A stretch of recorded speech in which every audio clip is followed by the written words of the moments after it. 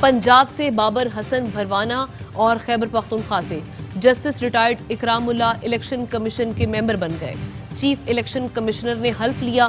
Media से गैर रस्मी बातचीत में सिकंदर सुल्तान राजा का कहना था, इलेक्शन कमीशन अपने फैसले बिला खौफ करता है और करता रहेगा। कोई नाराज या राजी होता है, ये उनका मसला है। अराकीन असम्बली के इस्तीफों का केस, साबिक डिप्टी स्पीकर ने इलेक्शन कमीशन को नहीं भिजवाया। फॉरेन फंडिंग पर समाअत जारी है। फरीकैन को सफाई का मौका देना जरूरी है। इलेक्शन कमीशन फैसले आइन और कानून के मुताबिक करता है। नए इंतखाबात का फैसला हुकूमत ने करना है। इलेक्शन कमीशन इंतखाबात के लिए हमेशा तैयार है। नई हल्का बंदियों पर काम मर्दमशुमारी के नतायज शाया होने के बाद शुरू किया।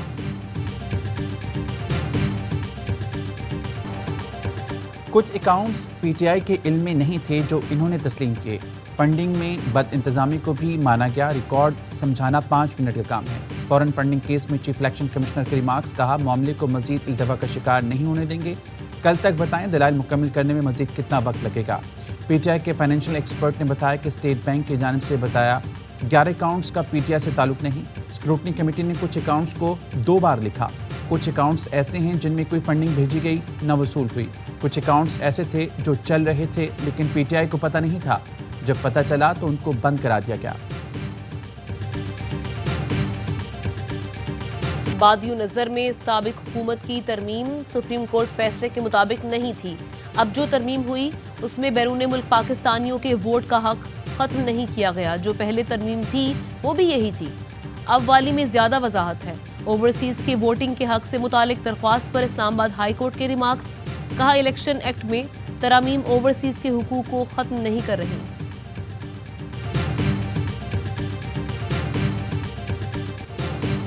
वज़ीर आला के इलेक्शन के दौरान जो डिप्टी स्पीकर के साथ हुआ सबने टीवी पर देखा। सेक्रेटरी ने अपनी जिम्मेदारी पूरी नहीं की। आप जो अब देने के बजाय मामले को दूसरी जानिब ले जा रही हैं। लाहौर हाई कोर्ट के हमजा शहबाज के इलेक्शन से मुतल्लिक केस में रिमार्क्स, परवेज लाही के वकील बोले स्पीकर के फैसलों को आईनी तहफ़्फ़ुज़ हासिल है। अदालतें उस वक्त मुदाखलत कर सकती हैं जब स्पीकर के किसी इक़दाम में बदनीयती हो। उस वक्त पंजाब असम्बली में किसी के पास अक्सरियत नहीं है। दोबारा वोटिंग के लिए जाना होगा।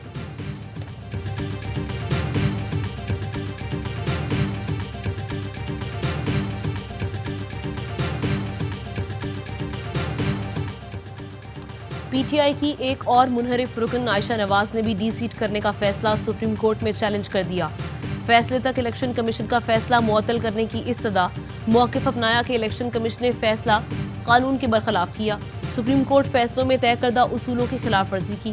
फैसले में पार्टी सरबराह और पार्लिमानी सरबराह के ओहदों में तफरीक नहीं की गई। कानून के मुताबिक शो कॉज नोटिस जारी नहीं किए गए। अजहर सिद्दीक एडवोकेट ने चीफ इलेक्शन कमिश्नर और सेक्रेटरी के खिलाफ सुप्रीम कोर्ट में तौहीन अदालत की दरख्वास्त दायर कर दी। किस चीज से अमेरिका नाराज हुआ? जब मैं रूस में गया, दोनों तेल भी 30% कम पे वो हमें दे रहे थे और गंदम भी 30% कम पे हमें दे रहे थे। शहबाज हुकूमत इमरान खान के नक्शे कदम पर रूस से गंदम खरीदने के लिए राब्ते। अमरीकी टीवी को इंटरव्यू में वज़ीर ख़जाना मिफ्ता इस्माइल का रूस से गंदम खरीदने का ऐलान। कहा रूस और यूक्रेन से गंदम बेचने का पूछा है, हम उनसे खुशी खुशी गंदम खरीदेंगे। रूस ने हमें तेल बेचने की पेशकश नहीं की। साबिक हुकूमत रूस से सिर्फ तेल खरीदने की बातचीत कर रही थी। रूस पर पाबंदियां हैं, इस वजह से तेल नहीं खरीदा जा सकता। मिफ्ता इस्माइल की घबराहट। कई ममालिक रूस से तेल की खरीदारी के सवाल पर बोले अगर पाकिस्तान पर पाबंदी ना हो तो रूस से तेल खरीद लें। इमरान खान ने कई मरतबा कहा कि रूस से सस्ता तेल और सस्ती गंदम खरीदेंगे। जिन बुनियादों पर अदम एतमाद की साजिश हुई, हुकूमत वही काम करने जा रही है।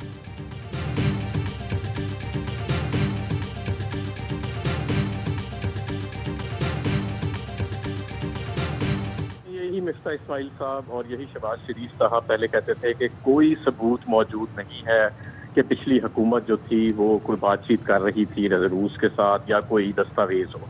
आज इन्होंने कहा कि हाँ दस्तावेज मौजूद है। पहले कहते थे कि रूस से कोई मुआहदा नहीं हो रहा था। अब मिफ्ता इस्माइल ने मान लिया कि रूस से मुआहदा होने जा रहा था। हमाद अजहर की प्रोग्राम पावर प्ले में गुफ्तगू। कहा रूस को लेटर लिखा था, अप्रैल में तेल और गंदम लेनी थी। रूस से तेल ना खरीदा गया तो कीमत मजीद 30 से 40 रुपए बढ़ाई जाएगी। भारत ने रूस से सस्ता तेल लेकर $2 अरब बचाए। दिवालिया श्रीलंका भी रूस से सस्ते तेल के सौदे कर रहा है। शौकत तरीन कहते हैं रूस पर पाबंदियां हैं तो भारत कैसे तेल खरीद रहा है। ये पहले हमें गालियां देते हैं और फिर हमारी ही पॉलिसी पर चलते हैं। असद उमर बोले, हुकूमत रूस से सस्ता तेल इसलिए नहीं खरीदेगी क्योंकि अमेरिका नाराज होगा। सस्ता तेल खरीदकर कई ममालिक अपने अवाम पर बोझ कम कर रहे हैं। ये पाकिस्तानी अवाम पर बोझ डाल रहे हैं क्योंकि ये गुलाम है। मुजम्मिल असलम कहते हैं, मिफ्ता इस्माइल ने बेवकूफ़ाना बातें की। रूस के साथ पाकिस्तान की बराह रास्त तिजारत होती है। पाकिस्तान पर ऐसी कोई पाबंदी नहीं है कि रूस से तेल ना खरीदे। एप्टेमा का हुकूमत से इमरान खान की पॉलिसियां जारी रखने का मुतालबा। चेयरमैन रहीम नासिर कहते हैं, हुकूमत वैल्यू चेन के लिए इलाकाई तौर पर मुसाबकती टैरिफ को जारी रखे। सनतों के लिए खाम माल और स्पेयर पार्ट्स पर कोई नॉन टैरिफ रुकावट ना लगाई जाए। खाम माल की दरामदाद पर किसी भी नॉन टैरिफ रुकावट का सनतों पर असर तबाहकुन होगा। इमरान खान हुकूमत की स्कीम्स की बदौलत रवा माली साल टेक्सटाइल बरामदाद $27 बिलियन तक पहुँचने की तवक्को है।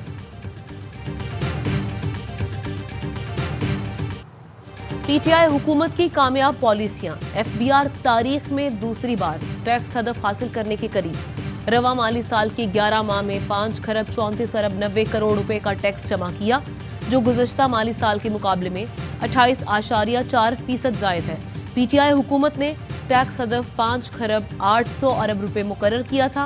मुआशी माहिरीन के मुताबिक अगर हुकूमत तब्दील ना की जाती तो पाकिस्तान पेट्रोलियम लेवी और सेल्स टैक्स के बगैर तकरीबन 6 खरब रुपए से ज्यादा टैक्स जमा कर सकता था। वज़ीर-ए-आज़म शहबाज शरीफ के तुर्क कारोबारी शख्सियात को पाकिस्तान में सरमायाकारी की दावत। पाक तुर्क बिजनेस फोरम से खिताब में बोले, दोनों ममालिक में तिजारत का मौजूदा हजम नाकाफी है। दो तरफा तिजारत हमारे ताल्लुकात की अक्कासी नहीं करता। दोनों ममालिक के दरमियान मुख्तलिफ शोबों में सरमायाकारी के बेपनाह मौक़े मौजूद हैं। अहम तरीन खबरें अब एक क्लिक की दूरी पर। आपके पसंदीदा टॉक शोज हों या अहम मुल्की या गैर मुल्की शख्सियात की न्यूज कॉन्फ्रेंसेस, हर लम्हा बाखबर रहने के लिए सब्सक्राइब करें हमारा YouTube चैनल। मौसम की सूरत हाल हो या खेल के मैदान से खबरें, अपने मोबाइल फोन से मुल्की और बैनुल-अक़वामी अहम खबरों तक रसाई के लिए डाउनलोड कीजिए मोबाइल ऐप। बावसूख ज़राए से मुसद्दिका खबरों, तज्ज़ियों और तबसरों से मुस्तफीद होने के लिए विजिट कीजिए पाकिस्तान की सबसे बड़ी न्यूज वेबसाइट www.arYnews.tv।